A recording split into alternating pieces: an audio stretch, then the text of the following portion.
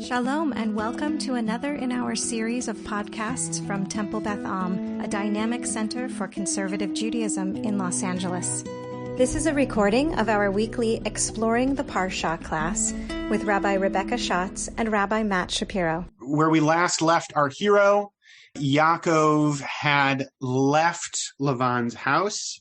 He's heading back homewards. As you may remember, he didn't exactly leave on the best of terms. He stole a bracha and ran. And so we're left with this question of kind of what next. That's where that parsha ends. We know he's leaving, and we don't know what lies ahead.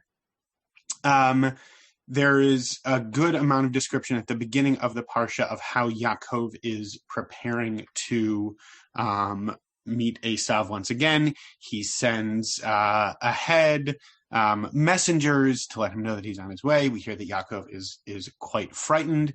He's scared. He doesn't know what's going to happen. He's afraid that there's going to be an attack.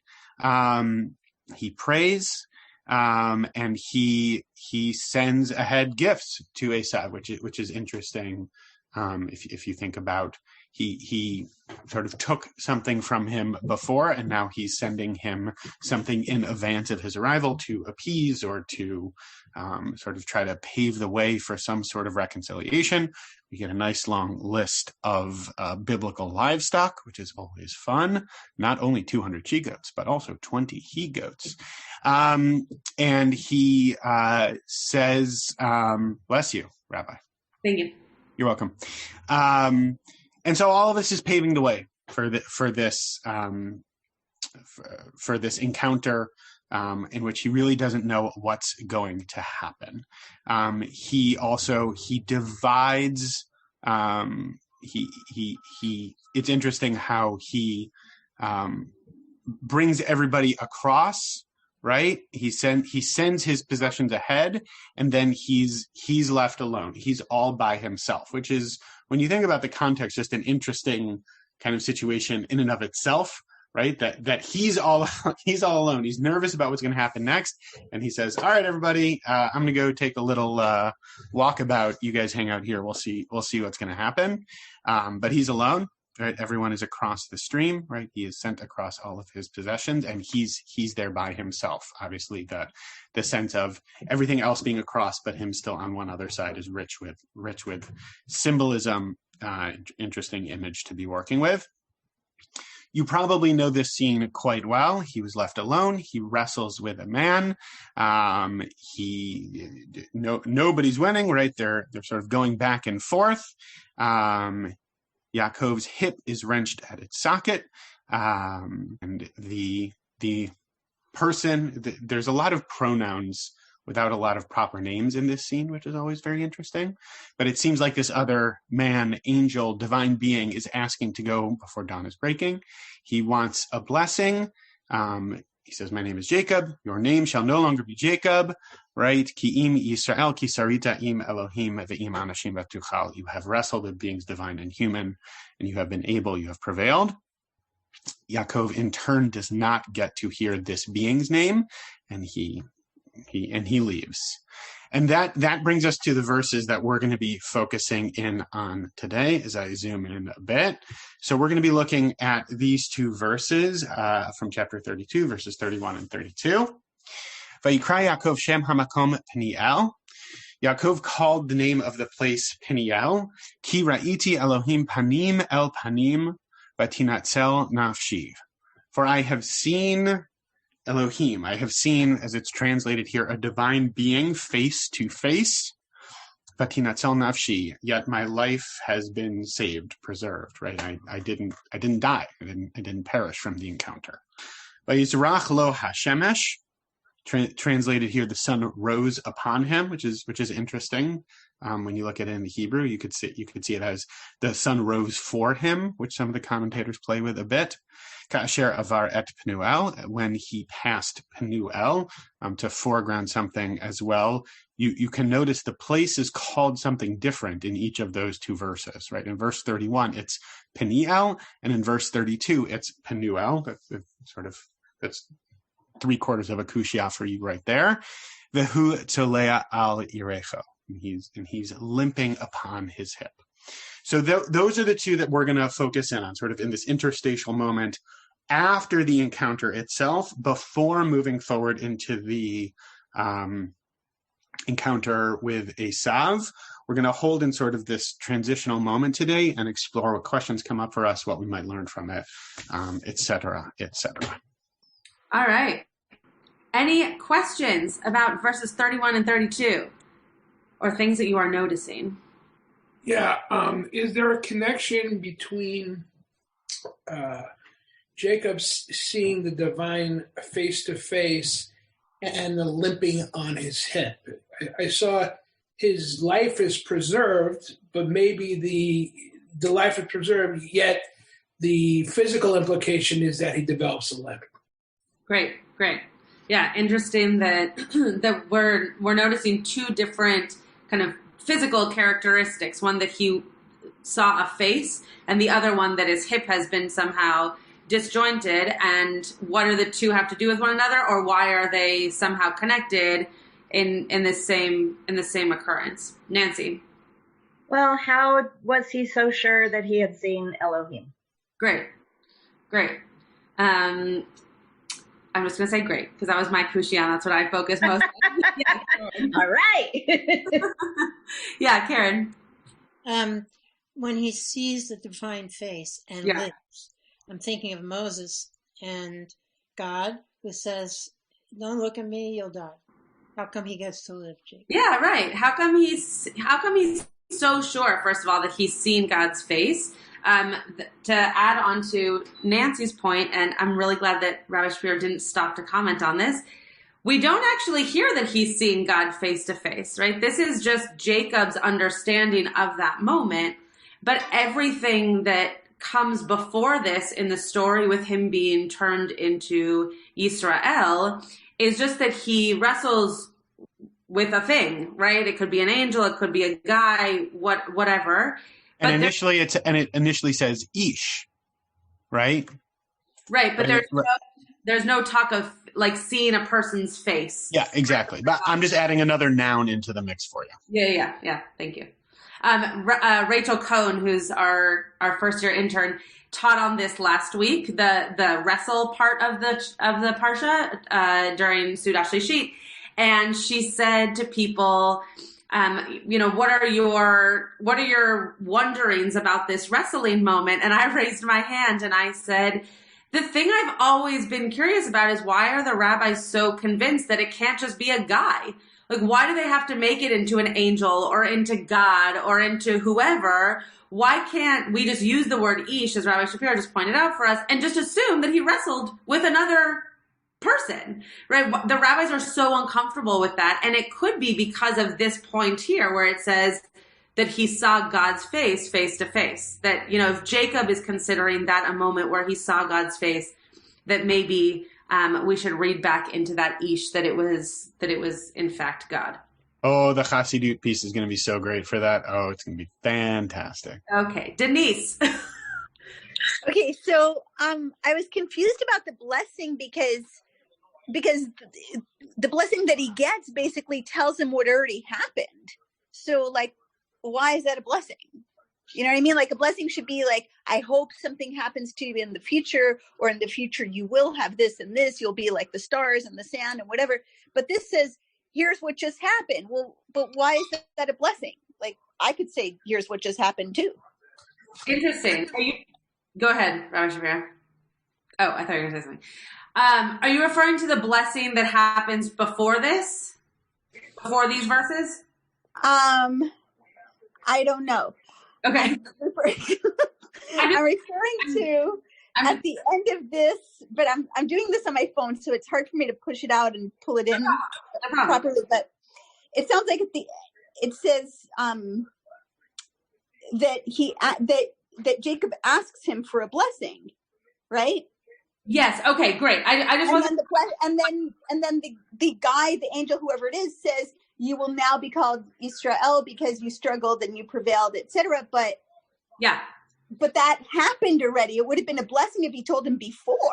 Great. I just wasn't sure what blessing you were referring to. So, okay. Yes. Now I know what you're talking about. And yeah, you're right. I think it's a really beautiful way of thinking about blessing, right? Is a blessing something that is given to us upon experience, or is a blessing given to us to push us towards the future? And that's a fascinating way of thinking about different kinds of blessings in our lives. And interesting that maybe that blessing pushed him to these verses here that we're actually talking about today, that maybe that blessing allowed for him to feel as though there was something else coming. So that's a really great point, and a perceptive point. Yeah, Barbara, you had your hand up.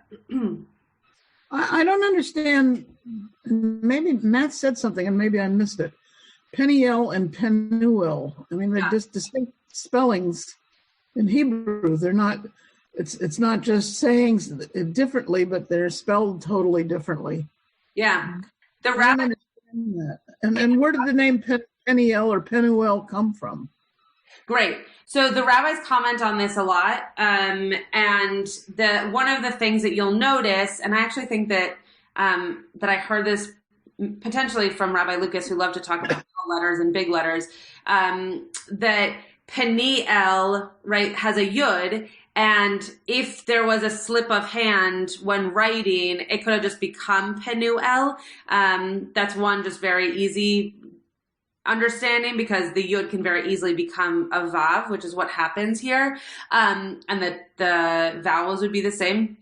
So that's one way of understanding it. But the rabbis also, there's many midrash that go into maybe it wasn't the same place. Maybe the place had changed. Maybe Jacob named the place different after he recognized that he had actually seen God. Because before, as I mentioned, there wasn't a mention of God. It was just a guy. So now that he recognizes that it was God, he names the place a different thing. So all of those are reasons. We don't actually know the answer, but those are all things that our rabbis bring up for us. That's a great question. Yeah, Rebecca. So looking at this at 31. Yeah. About the name Peniel or Penuel. I was wondering if what the stranger who wrestled with him said was, in his blessing was, you've struggled with God and with people, and you won. Not necessarily that he was the angel of God or the representative of God, just saying this is who you are. And therefore, as a reminder, Jacob took that and called the place sort of where, Penuel or Peniel. That's one thing. Yeah. The other thing is just looking at the sentence right before. Mm-hmm. One thing that I don't understand is why the stranger says, "Don't ask me my name." Why is he to remain a stranger? And there's nothing about that later. There's no, okay. And the other thing is that he uses the same word, vayevarech, and I'm wondering if that he uses it earlier, bless me, but maybe it's more of you can say yevarech l'shalom, or just say, let's part, in a polite way. So we don't just walk off, but we say goodbye. So rather than being, a full-blown, blessing from God, that it's just let's bless each other goodbye and good day and move on. So maybe it's not as loaded as, Yeah, maybe it's just him saying, like, have nice manners. Let me go in a way that, at least feels as though we've had a moment and now we're departing from that moment. I loved how you described that Peniel piece. And Barbara asked, and I realized that I hadn't answered this based on what you said, Rebecca. Barbara asked, what does Peniel mean? So it could mean the face of God. One of our friends and colleagues, Rabbi Jonathan Bubis, actually he named his child Peniel, because there's also the idea that panim, right, which is a face, could also be the same as the word bifnim, which is to be within yourself. So God is not only on your face, but is within you. And Rebecca, you made me think of that when you shared your beautiful interpretation of it as well. So that Penuel is I guess would just be a form of what Peniel means. I'm not sure that it would have a different kind of meaning. But it would be maybe plural, but. And interestingly, concordance time, it seems like in the places where this seems to be, and Bonnie is now my fact checker. So Bonnie, this is your homework for this week. It seems like this is the only place that Peniel actually appears in the Tanakh. Yeah. It seems like Penuel appears a couple of other times. It shows up in Shoftim. It shows up a little bit later on. But this seems to be the only place that Peniel actually shows up. Which is right, which is just interesting, stam, right, and also interesting in that I guess Rabbi Schatz saw a couple of different things. I actually didn't see a ton on that. The one piece that I saw on that was basically Radak saying, Peniel, Penuel, it's all the same, which, like, you know, for tomato for a, you know, a tradition of text that like every single, you know, dot in the Torah has a meaning, to say like, Yud Vav, who's to say, does not hold much water for me. But I'm a stickler. What can I say? That's awesome. I actually didn't see that one, but yeah, there are a bunch of commentaries on verse 32 where it says Penuel, because the rabbis were like, wait a second, we just heard that it was called Peniel. Why all of a sudden are we changing the name? So, Bonnie, you had your hand up. Yeah, I was just going to ask about those, if those two words or either of them are elsewhere and is actually a place that is connoted somewhere. Yeah. Yeah, so Rabbi Shapiro mentioned Shoftim. I think there was one other place in Prophets. I noticed it earlier and I said, someone's going to ask this and I'm not going to remember. It was either Ezekiel or Isaiah. I can look again, that Penuel is also mentioned. So just Penuel. Okay. I see it in Judges. I see it mentioned once in Kings and twice in Chronicles. Okay, great. So those are the places. As I mentioned yesterday, for those of you who were with me for Midrasha, as I mentioned, you know, a lot of what happens in the prophets is also using things that have happened in Torah and bringing them in different ways into moments of the prophets. It's why our Haftorah is so beautifully connected at times to our Torah readings. So it's possible also that they used Penuel because that was the part of the text that they were looking at to connect. Excuse me. So, but yeah, I mean, it's interesting that seemed to stay and Peniel did not, for whatever reason. Any other kushiot? Okay. So Rabbi Shapiro, if you'll stop sharing your screen. I have it. Wait. Yeah, go ahead. So I was just thinking, so his limping. Do we hear about his limping at any other time, or this is the only place that he limps? Or does he continue a limp throughout his life in any way? Is it noted? Yeah, so there's, when we get to this second verse, to verse 32, and it talks about the sun rising on him or for him, a lot of rabbis' commentaries are actually about that the limp seems to stop after this moment, and how maybe the sun rising somehow healed him or allowed him to recognize it and do away with it.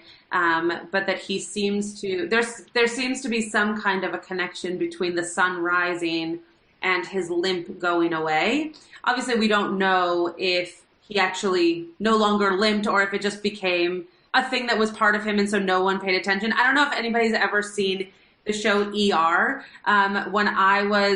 When ER came out, I was too young to watch the show, so I've been watching it and I've enjoyed it tremendously. And I'm at a part in the show where one of the characters, who's always walked with a limp, just had surgery and now no longer walks with her crutch. And she talks about how it's so much a part of her that she had this crutch that actually kind of the reverse of Jacob here, that people aren't going to recognize her without that ailment.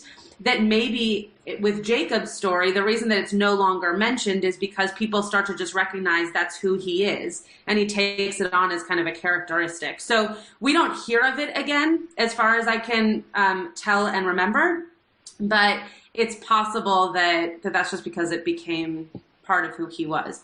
Yeah, Barbara, and then Rabbi Shapiro will share some stuff. I was looking at the notes in Etz Chaim. Yeah. About the limp. Yeah. And the way we eat now in a kosher, as far as kashrut is concerned. And I always thought that if you remove the nerve, that made the meat kosher. But according to Etz Chaim, for Ashkenazim, that's not true. You're not supposed to eat it even if the nerve is removed. Right. Whereas I understand in Israel that they remove the meat and sell it as kosher. Whereas the Sephardim, removing the nerve makes the meat kosher. That's Etz Chaim. I've never. On page I've always just heard you can't eat it, so I've never heard any of that. That's very interesting. Well, specifically, it says the biblical verse underlies the requirement in kosher slaughter that the sciatic nerve be extracted, Sephardic practice, or that the entire hind quarter of the animal be considered unfit for consumption for Jews, Ashkenazic practice. Yeah. But I always thought, even for Ashkenaz, that removing the nerve made it kosher. And as I said, I heard that in Israel that they remove the nerve and people eat it. Am I wrong? I don't know. Roger, have you ever heard of that? Yeah, I don't know. I would have to look into that. I mean, I remember studying kashrut in rabbinical school and shechting and all of that, and knowing that you couldn't eat it, but I don't remember hearing any kinds of considerations for how you could get around that. That's very interesting. Huh. I've heard that for years and years. That you can cut around it? Yeah, that it's very common practice. The nerve. Yeah. Interesting. I great. I'll have to look into it. I don't know. That makes it kosher according to Etz Chaim for the Sephardim, but not for us. Since I think everybody on here is. Denise is Sephardim, I believe. No, Denise, I just looked Sephardi. You're Ashkenaz because your family came from Europe. I mean, the truth is, in terms of halacha, and then we can turn this back over to the topic, but in terms of halacha, when we think of Sephardic versus Ashkenazi, in the Shulchan Aruch, like in the book of the code of law that we have, it mentions both. And very often, Ashkenazim go by the Ashkenazi practice, unless the Sephardic practice is one that has seeped into their practice. So because it's all in the same book, it's not like we're reading from different areas of study. There are moments, I mean, kitniot is like a classic example because kitniot is something that didn't make sense for Ashkenazim based on where they were living. But if you look in our code of law, it actually doesn't say anything about how Ashkenazim can't eat it. It's just that it didn't make sense for them to. So that's how the whole discussion of kitniot, can you, can't you, came up. So it's possible that even though it's a Sephardic custom, that Ashkenazim have begun to take it on because it makes sense for their life. But again, I would have to look into it. I don't know enough about that part of law of kashrut. So interestingly, Chabad says that you can do it. It's just that almost nobody is skilled enough to take out the. Right. So I was actually it's Chabad, which is pretty Ashkenazi. Funny. I was thinking that might be the reason when I was studying at the CY at the Conservative Yeshiva. And then we're really going to get back to the topic. When I was studying the Conservative Yeshiva, we had to watch, I don't remember why, we had to watch a video of animals being shechted, which was not fun. I didn't enjoy it.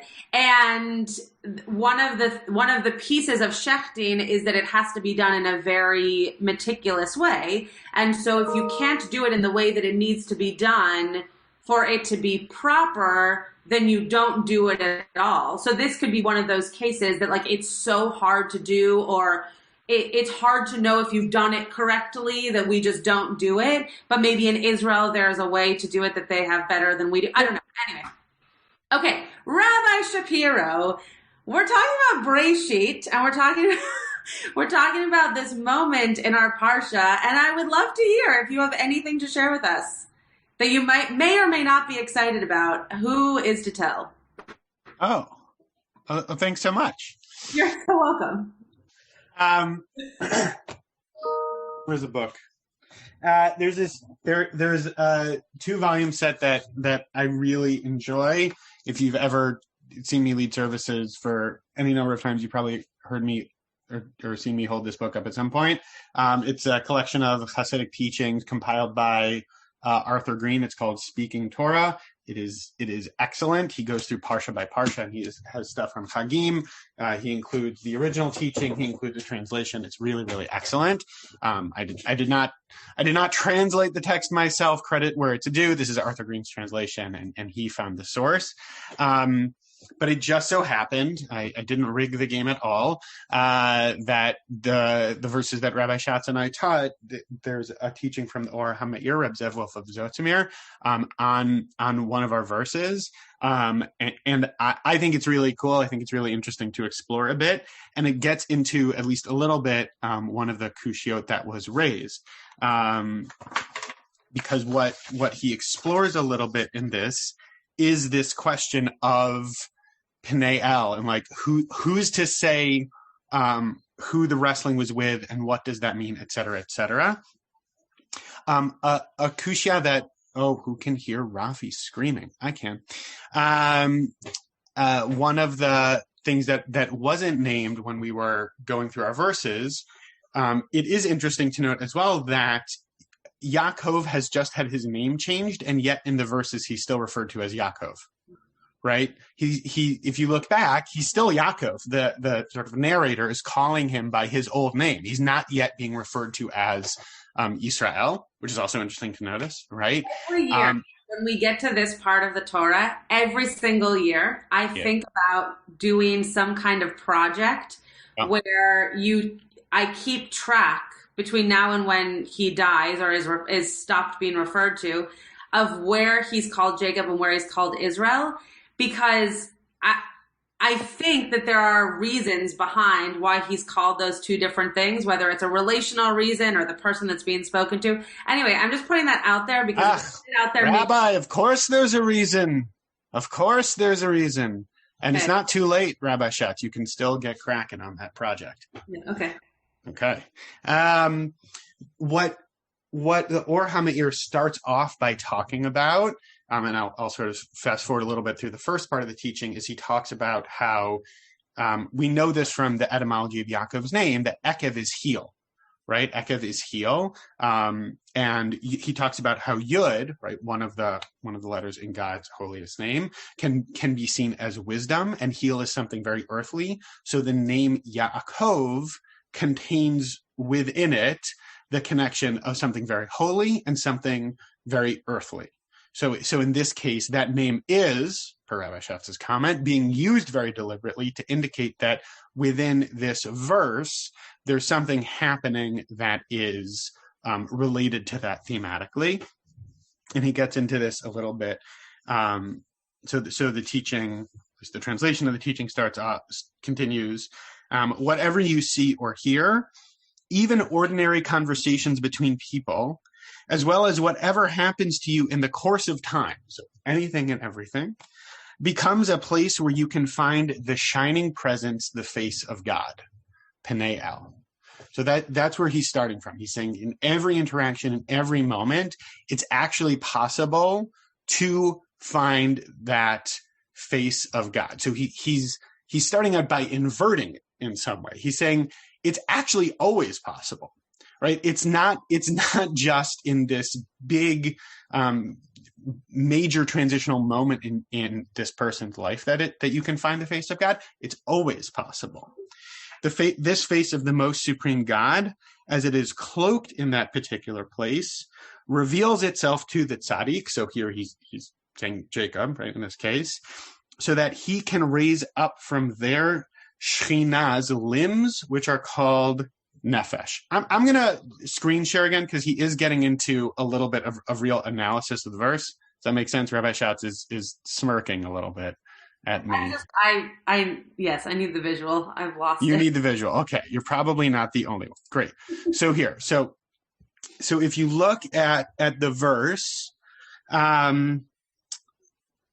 So if you're thinking about this sense that God can be found in everything, and he's then saying this is revealed to the tzaddik. It's not just revealed to anybody and everybody. This is often a key concept in Chassidut. The tzaddik is a very special, elevated person. But for the tzaddik, the tzaddik then, and it's a he, because in classic Hasidic texts it's always a he, not the most gender balanced school of thought originally, though Neo-Hasidut is making some inroads there. But that God's presence is revealed to the tzaddik, and then the tzaddik raises up nefesh. So if you look at the end of verse 31 there, right, you can kind of see where he's going by naming that as something that can be raised up. I'm going to share the second paragraph. We might have to go back and review this a little bit, but I want to show you guys where he's going. And he said, this is the meaning of our verse. And now he's going to, and I'll lay it out a little bit. Jacob, the person who is whole or perfect, kind of a leap there if you think about the course of his life, but we'll go with it. Jacob, the person who is whole or perfect, links the upper wisdom to the lower, right? So there's the Yud, and then there's the Ekef, right? Yaakov. So because that's his name, he has that full integration. Such a person's awareness becomes so clear that any particular place or event only reflects a face of God in one specific configuration or another. If and when you are a tzaddik, anywhere and everywhere you look, it's just God, God, God, God, God, God, God, right? Every single encounter you have, every single moment you have, there's God, there's holiness, there's that ultimate connection everywhere you look. So this is, I have seen God face to face. That's the ki ra'iti Elohim panim el panim. In that moment, he's saying, yeah, I'm a tzaddik. Of course I'm seeing God. Of course I'm seeing God everywhere I look. I have come to understand that God is cloaked in multiple faces throughout the lower rungs. So again, it's interesting what the Or HaMeir is doing here, in that he's saying in this moment, this encounter has sort of not been a moment of ultimate elevation where Yaakov has had like a real divine revelation. He's actually just looking around him and seeing how he sees God everywhere. All of this is conceived in accord with each tzaddik's own face and the strength of his awareness. So there is a personal element. And then in this last midrashic bit, this is my life has been spared, vatinatzel nafshi, as Shekhinah is raised up to her exalted place. So I'll feed this back in, right, sort of how the Or HaMeir would understand this verse. He would say, right, Ki ra'iti Elohim panim al panim. Yaakov is saying, I'm now seeing the face of God everywhere around me, right? I'm seeing that everywhere. And through that, vatinatzel nafshi, and through that, I'm elevating that aspect of God through my seeing of that. It's not that my life was saved. By virtue of how I'm seeing things, I'm elevating a specific aspect of God. Full disclosure, this is probably not the pshat of the verse, right? This is probably not the simple meaning of what the verse is saying. I love the Hasidic, like, sort of deep dives into the midrash of a verse. It's just something I really enjoy. I think there's interesting concepts to play with there. I'll say one more piece and then I'll pause, but extrapolating out from there, I think there's a really lovely aspirational message that you can get from that, which is that you don't have to wait for the big moment to see holiness in your life, right? You don't have to wait for the major life cycle event. You don't have to wait for that a moment of reunion with family, where I'm thinking about that and my parents have a trip scheduled out to see us in about 3 months time, 2.5 months, and we're hoping it'll work. And I'm really looking forward to that moment, or a bar mitzvah or a wedding, right? You might think about like those big moments as a time when you experience holiness. And the Or HaMeir is saying you can actually see that all around you all the time. And I think for me, particularly these days, I think that's a really powerful and important message, right? That it doesn't need to be only in a specific context or only in like a major life moment. This has been Matt Shapiro dorking out on Chassidut for 10 minutes. Thanks for joining this part of our program. Happy to discuss further, answer questions if folks have them, or immediately fast forward on to something else if folks didn't find that interesting. Yes, Bonnie. Yeah, so when you were talking, but you had said that they see it as just the tzaddikim that can do that. And so while you were speaking, I was thinking to myself that, no, I mean, even when I was teaching the little ones in first grade, we talked about all the parts of life that show us God, whether it's a butterfly or the ocean or right. Our Hashem parents. Is here, Hashem is there, Hashem is truly here. So, I fully go along with that, but I don't know whether the wrestling and the angel, I mean, there was a whole different scenario there that makes it somewhat. Right. I was thinking exactly the same thing. And that was actually my struggle with this text would be, I don't want it to just be the tzaddikim. I want it to be that everybody could feel this way. But at least what I think could be a way out of that is that in last week's Parsha, we hear that Jacob is in a place, and for the first moment, he recognizes that God too is there. And so maybe that's the way in for all of us to realize that you don't have to think of yourself as a tzaddik, that it's actually the reverse, that if you see God in all these places, you then are a tzaddik, right? It's not that, we understand this person to be, a tzaddik and in the ways that our Hasidic masters are defining it, but rather that if we see God in all of these places, that we too are righteous and holy beings. And even the panim el panim, it shows a kind of surprise or a kind of intimacy that Jacob didn't even expect with God, that all of a sudden now he's having. And again, maybe that just teaches us exactly what Rabbi Shapiro said, which is we just need to look out for it and imagine that it's there. And that's what makes us the tzaddikim. And I'm a big Chassidut democratizer, right? Like I think there are some ways in which some of these texts can be geared towards the spiritual elite. You will often get very kind of like chauvinistic towards Judaism aspects, right? In certain Chassidut texts, like sort of putting down people who aren't Jewish in some pretty aggressive ways, not the most gender balanced texts, right? Like there are certain ways in which I think we can knowingly and meaningfully, right, expand out Hasidic texts into a broader sense of who could be included and who could learn from it. I'm also okay with saying I will be the first, second, and third, maybe even fourth person to tell you I am not a tzaddik. That is not me. I would not describe myself in that way. I don't see that, right, everywhere I look. It's just not the level of awareness I have, and I don't see it being that way anytime soon. And there are moments. Right? There are moments in the everyday when I can get that with my kids, with my wife, out in nature, just sitting and breathing, right? There can be those moments, those little winks, those little glimpses. And I can't be there all the time, but it also doesn't have to be black or white. And I think, Bonnie, to your point in terms of like talking with kids about like where do you see God? It's a question that we can also ask ourselves. Right? Like when and where do I have that moment? And in that moment, experiencing that and experiencing some sense of elevation, it's aspirational, to be sure, and a powerful question, I think.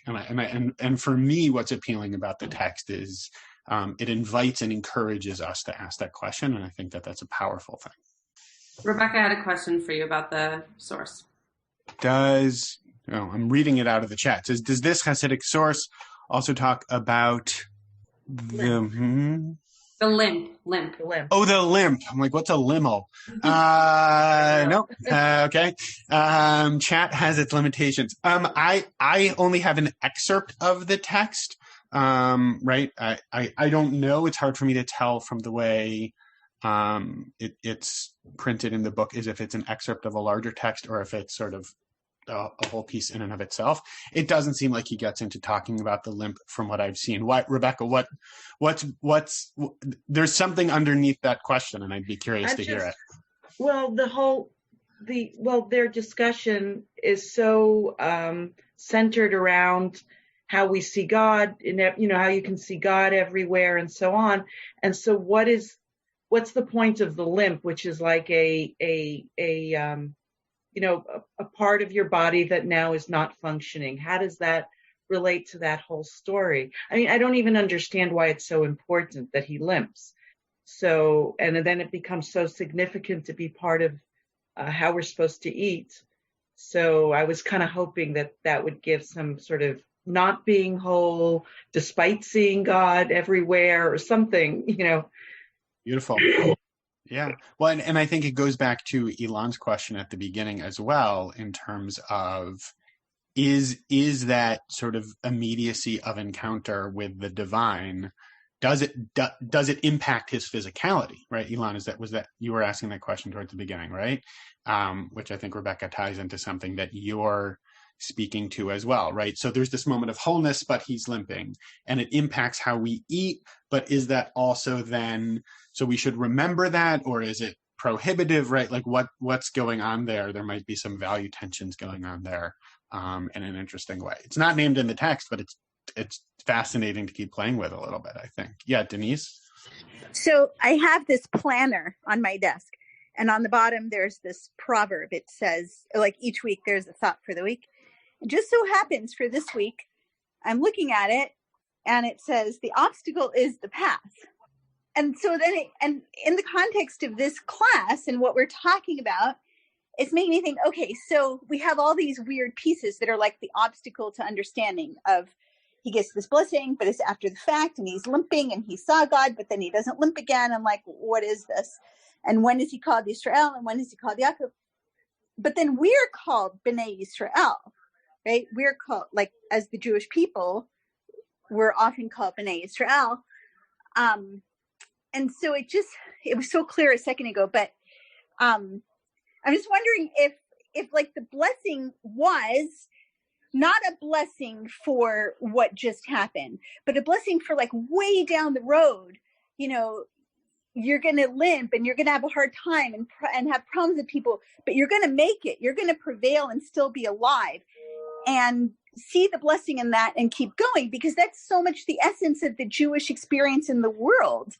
And so, like, when we say B'nai Israel, like, maybe that's, you know, kind of the heritage and the blessing that we're linking into, because that's the whole story of the Jewish people. Yeah, I mean, I think there's a lot in there. I mean, the broader question of how we identify as B'nai Israel and what that says to us, says about us, rather, as a people in the world. You know, we're God wrestlers. We wrestle things out. We don't just take things as they are. We sort of embrace them and tackle them and try to figure out how to navigate things. That's certainly a rich topic. The phrase on the planner is an interesting. What was it? The obstacle is the path. Was that it? Yeah, and it's just attributed to proverb. Like, a lot of them have like a person, but this one doesn't. By A. Nani Mouse. Yeah, it's interesting, and I'll sort of refract it back through. You know, Yaakov certainly doesn't have an easy road of it, and he does. I mean, the reason I don't like, you know, the sense, the sort of over tzaddikification of some of the you know, the avot, right? Like, Yaakov wasn't always a tzaddik. And I don't think it's blasphemous to say that, right? Read the book. But I think it's more powerful when we see the trajectory that some of these ancestors of ours go on, because I do think he learns as he goes.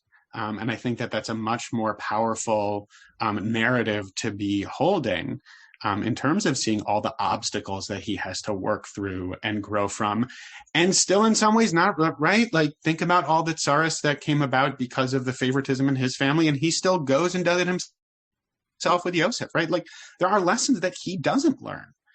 And there are things that we can learn from him not learning the lessons, right? And so in that way, you know, Denise extrapolating out even more broadly, the obstacles that have been faced are a path for all of us. So yeah, thanks for sharing that. It's interesting. So with 9 minutes left, I'm going to share one piece. Is it a Hasidic text? Because otherwise... It is not Hasidic. So one of my favorite lines from any musical, this one happens to be from Les Miserables, is, to love another person is to see the face of God. And I thought of this when I read the verse, because I think that the idea of seeing the face of God is obviously not one that we often think about, because we don't personify God in that way. But often we think about how, if you're looking at a person, back to, you know, Bereshit, the Parsha, in terms of being made in the image of God, that it's a very profound statement that if you love somebody, that, and it doesn't have to be in the musical, it's romantic love, but if you love someone who's in your family, or you just care about somebody, then hopefully you see godly aspects of them in just seeing them and just being in their presence. So I actually don't think it's to push you on your Les Mis. I actually don't think it's romantic love because it's what Valjean says when he's dying. Spoiler alert. That's true. Spoiler alert for a musical that's been out for decades and a book that was written centuries ago. That's a good point. It is for him to his daughter. So in that point, you're right. It's familial. But I think that often it's heard as or imagined, maybe not in the context of the musical, but the idea of loving another person and then being able to kind of understand all of them is often seen in a romantic way. Radak, and I'll share my screen because as we all learned in Rabbi Shapiro sharing his screen for us, I need to see it.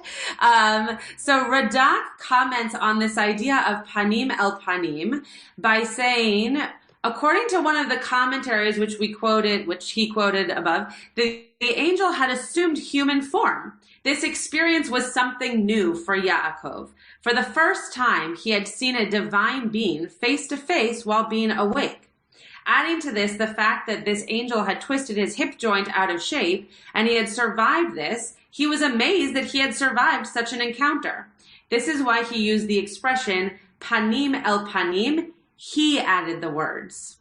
So the reason that I think this is such a powerful commentary is because, as I mentioned earlier, there's no assuming, I should say, that panim el panim was a part of the interaction earlier with the wrestling. That obviously when you're wrestling someone, you probably can see them, but there's no mention of panim el panim. And that what Radak is saying here is that Jacob adds that. It's not? Oh, okay. Okay, well, what I'm going to say is that I think that the idea here, Rabbi Shapiro is going to correct me about something.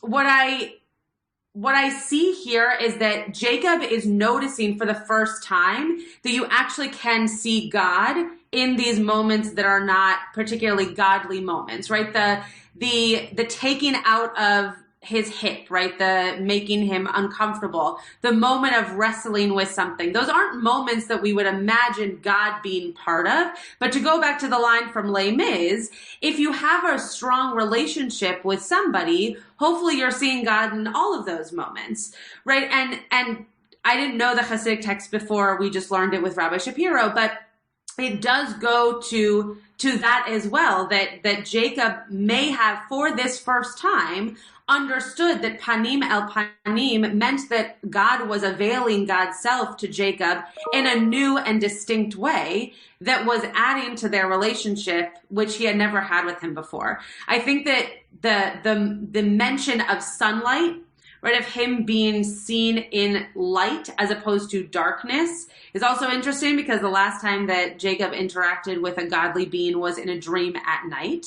So it seems to be that Jacob is having these new opportunities of bringing God into the moments that he's experiencing, and that they're awesome, right? They're full of awe for him that he has this connection with God in this way. Yes, I can re-show my screen. Rabbi Schatz, to your point, the reason it said he added those words is because there's a second part to Radak's commentary in the verse there. Like he goes on to say he added the words vatinatzel nafshi, but he makes the point that you're making, just he keeps going a little bit from what I saw, because he says he added the words tinatzel nafshi because this is a statement that Yaakov didn't make on other occasions when he had other visions, right? So it actually is doing exactly what you're saying it does, in terms of this is sort of a new layer of relationship in terms of what's unfolding here, right? Which I think is part of what you're talking about. I'll let Rabbi Shapiro wrap up since he was the one who added the most to the conversation. But yeah, I hope that based on my questions and the questions that I still have about this text, I hope that we all have opportunities for panim el panim, and seeing the way in which we recognize moments of facing God in our interactions with other people. And whether or not we call a place Peniel, that we have those moments of wonder with God. So, Rabbi Shapiro. No, I mean, I think that lines up beautifully with the Hasidic text that I was savoring, and I'm grateful to have the opportunity to savor with y'all. Right? I think it's an inspiration, and it's a charge, and it's a challenge to see that all around us. Not to put too fine a point on it, but especially these days, it's still tough times, folks. Right? Like we are there. It seems like there's some light at the end of the tunnel, and that's a blessing. But these next weeks are not going to be easy. I'm feeling that. I'd imagine others are as well. And so the charge to try to see holiness and godliness all around us, it's not necessarily an easy thing to do these days. To channel another one of my heroes, as Mr. Rogers says, look for the helpers, right? But in our everyday encounters with the people in our lives who we might be spending a little more time with than we usually do, and all of that, and all the ways that life can be challenging right now, I think it's an important charge to try to see that godliness all around us, even and especially for those of us who aren't yet tzaddikim, but we can all work on that. You have been listening to another in our series of podcasts from Temple Beth Am, a dynamic center for conservative Judaism in Los Angeles. If you enjoy these podcasts, we invite you to write a review on the Apple Podcast site or wherever you get your podcasts. For more information about Temple Beth Am Los Angeles, go to tbala.org.